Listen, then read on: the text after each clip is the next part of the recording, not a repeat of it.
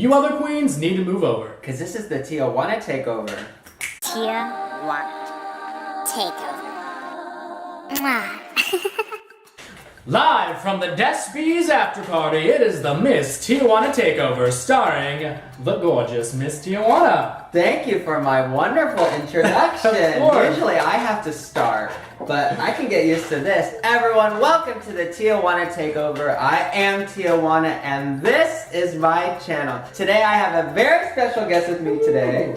Oh, isn't he adored? Oh, thank you, sir. Isn't he talented? Isn't he just... Did I say adorbs? Yes, so with me I have one of my good old friends, Kean. Kean, how are you tonight? I'm doing fantastic. I'm so excited to be here. You look great. You look even better. Well, you have to say that, but it is pretty true. This is one of my favorite looks I've worn so far on Tijuana Takeover. You have to look your best DESPY attire. It's red carpet. And you I gotta look have good. to look as elegant as possible. Mm-hmm. You got your scotch, and I have my... We gotta pop some champagne for you. You know, this episode really calls for some champagne. Shall we? We shall. Class it up, yes? I have gloves on. Can you be the gentleman? I will take care of this. Thank you. So while you're opening this champagne for me, do you want to tell the audience, who are you? What do you do? Absolutely. What's up? My name is Kean. I'm a huge reality TV show fan. I watch them all. Started watching Drag Race. Started watching it full-on television last season, but then kind of watched everything on the Logo app afterwards because I was just absolutely obsessed. And I do voiceover, actually. He is an amazing voice artist. I love doing commercial voiceovers, and my big thing is on Instagram. I do a lot of cartoon voices, and that's kind of how I met you. I was a huge fan of The Amazing Race. And I'm sure you are going to hear a couple of them throughout this. Absolutely. I will definitely throw some. Actually, you have to. I will definitely throw some. Okay. Oh, go ahead. Pop the champagne. There we go. Don't waste a drop. Never. Alright, now that we have our libations flowing, This is so cute. let's get going, shall Thank we? you. Let's cheers to a great recap. Mm-hmm. Thanks for coming. Thank you for having me. Thanks for watching. Alrighty, Kean, my dear, let's just jump right into this recap. We have a lot of things to go over and so little time. So little time. What are your overall thoughts of this episode? Did you enjoy it? Did you hate it? Did you... I did. I liked the kind of heightened glamorous aspect of this episode. I think, All about the glam. Totally. I think the mini challenge was super fun and creative. I think the Maxi challenge is kind of your standard drag race fare with being comedians and funny and throwing shade, so that was cool. It was coming. They always have to write their jokes and stand in front of a live audience. That's right. And that always makes me nervous because it takes a lot of guts. It does, and it's a lot harder because when I watch the episode, I'm always like, gosh, what would I say about each of the queens? And a lot of times I'm at a loss for words. So Trixie goes home, Pearl has some humble pie, Kennedy won last week. Now it's a brand new slate, everyone's starting from scratch, we're all in the same playing field, and we jump into the mini challenge this week. What was the mini challenge this week, my dear? It was the fan art inspired frock, paper, scissors, I think is as Rue described it, which... Yeah, let's call it that. Ginger Minj and Candy Ho were assigned Lil' Kim. Kennedy and Jaden Dior Fierce were assigned Lady Gaga. Cher, we had Pearl and Max. Bjork was Miss Kasha Davis and... Katya? And then J-Lo was Violet and Faye. Yeah. Any of them stood out to you? I think I really liked Max's interpretation of the Cher dress. I thought that was really cool. That was so beautiful. Cut out the paper. And then, of course, we had the winners, which was Bjork of MKD and Katya. They were so on point. So funny. It looked so real. Yeah, you got that gooseneck hanging out there. And I think what really put them over the top was you had Miss Kasha Davis doing the whole Joan Rivers. Yeah. And there was a little bit of that interaction, which was, I think, pretty comical and pretty funny. It was over. Speaking of over, let's move into the Maxi Challenge this week. which of course we know had to do with the first annual DESPY Awards, which we don't know what it really means or stands for. I feel like it's like desperate, right? It's desperate, right? The same teams of the duets had to also act as presenters and the nominees for the first annual DESPY Awards. Miss Kathy Griffin was back, and she was on a rampage. She was. I was really shocked that she was giving really good criticism, but she really wasn't, at least in what we saw, wasn't really liking anything that anyone offered her, which was kind of shocking.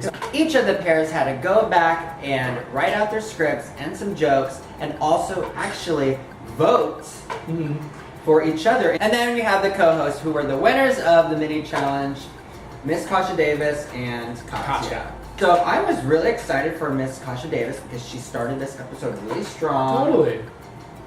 She had her jokes. And I think she had a great partner. And she's been really funny in previous episodes. I mean, I always remember the face she gives during the Glamazonian Airways episode. So the teams go back to the workroom and they start working on their scripts. Anything stood out to you in the workroom? Was there any drama? Was there any feuds in between the two duets? The most shocking and the most obvious, controversy that was going on was it was kind of like Pearl versus RuPaul. Oh man, I have to talk about this. I mean, there was some serious tension going there. But you know what? It was great TV. When Miss Fame goes into her soliloquy about the chickens, can I tell you, I could probably gush for 20 minutes about how much I adore Mrs. Fame. This part really makes you fall in love with Miss Fame. And the chicken love just made her more endearing to me because why? I also raised chickens as a kid. My family had chickens, we had ducks, we had a tortoise, we had a peacock. Pearl, we see, opens up a little bit too. Totally. She had her own little emotional moment, and I was like, and it's these stories that give these queens, that certain platform to help younger people who are going through the same issues. And Pearl, as of tonight, is going to be one of those queens. That's right, totally. So the girls have finished up their rehearsals with Kathy. They have written out their scripts. They are ready to put on a show for this live audience. And we open the show with the co-hosts, MKD and Katya, and it was just like crickets. Maybe too confident, I think, going into the challenge and opening the show, because all of the subsequent queens and their teams kind of outshined that opening pair. When Mrs. Fame won Sexy Sexy Drag Queen, her acceptance speech was so funny. So funny. The Botox joke, the tapeworm joke. And there was a couple queens who had a little bit of a struggle. We saw Candy Ho getting outshined by her co-partner. Yeah, I mean, Ginger was hilarious, so good, and so, I mean...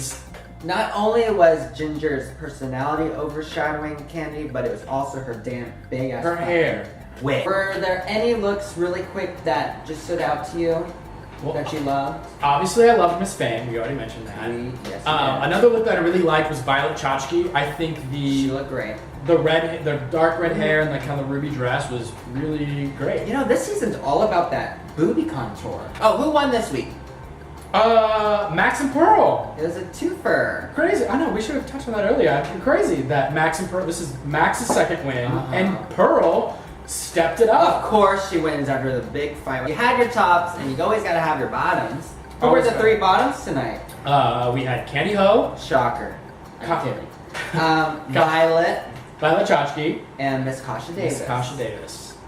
And sadly, Miss Kasha Davis was in the bottom, along with Candy Ho. Where they had a lip sync for their lives.